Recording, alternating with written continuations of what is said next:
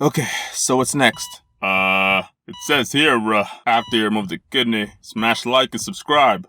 What? But then, how do we... Don't forget to hit the bell to get notified for the next video on how to complete that surgery. I never liked school. Well, at least not the school part of school, like reading and work, but I liked hanging out with my friends and recess and stuff. In university, I was enrolled in a business program because I really didn't care and it seemed like something I could bring up to my future wife's parents without sounding like a bum. The worst part is that it was a liberal arts business, so we talked more about theory and corporate responsibility than how to actually run a business. Yeah, university is kind of a waste of time. Besides, you can learn anything on YouTube these days. Unless you want to become a doctor or something, then please go to school. I don't want to go for surgery and see my doctor checking a YouTube video to figure out where my liver goes. I think my hatred for school was at an all-time high in my 4th year of university. Each professor acts like you're married to them and thinks that you only have to do their work. It's like they forget that students take more than one course and also have lives. And to top it all off, all of their assignments would be due at the same time. Near the end of my 4th year, about a week from the due date of all my finals, which I hadn't started because I was busy procrastinating, of course, the laptop I was using at the time had an issue with overheating, and as I was completing my essays, it would just shut down. This happened like 20 times one night, and it was impossible for me to get everything done. The next day, I went to ask one of my professors for an extension, and she said it's too bad and that I would get late deductions for not being able to hand it in, no matter the reason. Normally, I'm fine with it because usually it would be like 2% to 5% a day, but it would be 20% a day. 20%, meaning after 3 days, the maximum grade you can get is a 40%.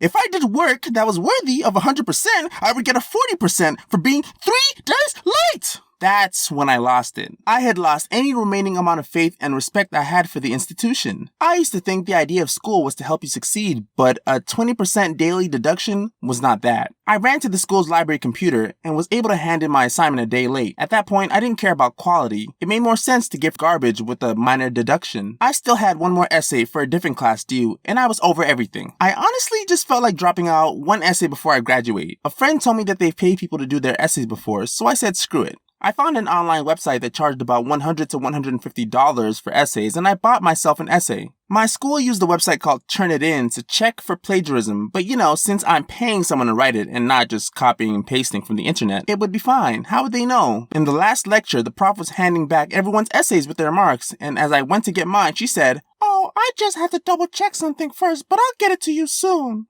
That was a red flag, but I thought there's no way. A week later, I got an email from her saying that she needed to see me to sort out an issue with my essay. This was it. I was going down. But how? How did this happen? I went with my dad to the department office and sat in the room with my prof. She showed me all the details. So apparently, 40% of your essay has been flagged. What do you mean? Flagged where? The 4th paragraph and the conclusion were copied verbatim from another essay that was submitted from a university in Texas last year. Yeah, so the way Turnitin works differently from other plagiarism checkers is those websites only search the internet, but Turnitin looks through the web and anything that's ever been submitted directly to Turnitin, which you can't check before you submit. You can imagine my shock. There was literally nothing I could say to absolve myself. Lying would have been the stupidest thing to do in that situation, so I told her the truth. She explained how this situation could result in me getting kicked out of the program and the university altogether, but because I didn't try to lie about it, and since it was the first case, she'd let me go with just a 0 on the assignment. That assignment was like 30% of my final grade, so I ended up with an F in the course, and I had to stay an extra year. Honestly, I got off really lucky that I didn't do this with all my classes, because that would have ended badly. Some people cheat their way through life and then get caught when it's something really serious that gets them in jail, so I'm kinda happy I got to learn my lesson early on. Besides, that extra year I had to take was the best year I had all through uni.